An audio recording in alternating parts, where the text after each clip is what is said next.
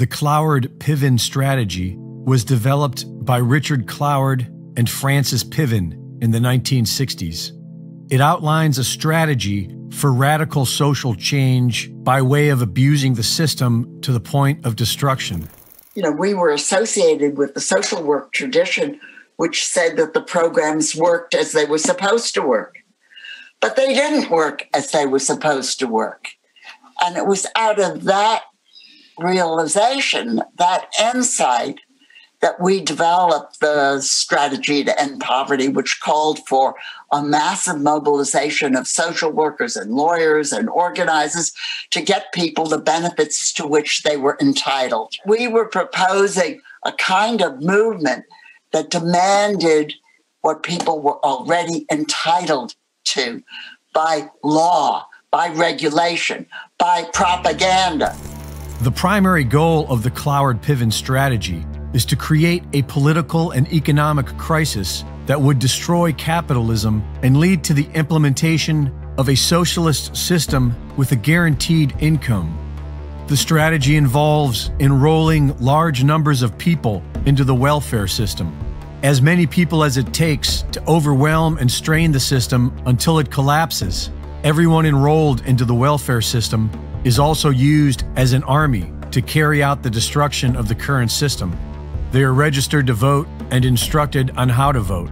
They are organized and mobilized and made to appear as grassroots organizations demanding more from the system. The ideal outcome of the Cloward-Piven strategy is to collapse the current system.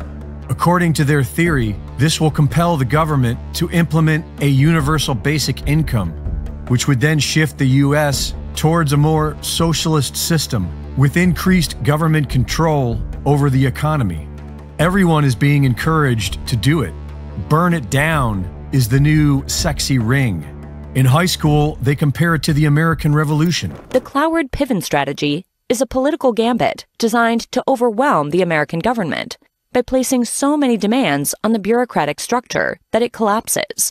It's sort of a shock and awe campaign, a surprise attack on entrenched systems meant to force major changes to the ways that things are handled by the government.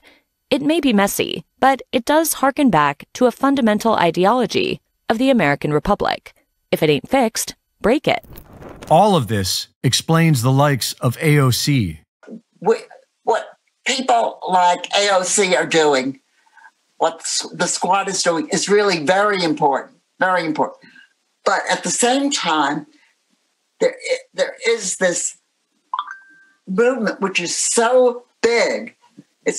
Some people say it's the biggest movement in American history. It's hard to know because it's hard to measure a movement, but it is big and it is interracial and it penetrates into every small town. I now am in upstate New York. The town I'm closest to has maybe 2,000 people. We have little demonstrations in front of the post office for Black Lives Matter. And this is Trump country. Nevertheless, there is a Black Lives Matter demonstration. So it's a very potent and important moment in American political development. And we have to make the most of it, because if we don't know what's going to happen, but it's not going to be good.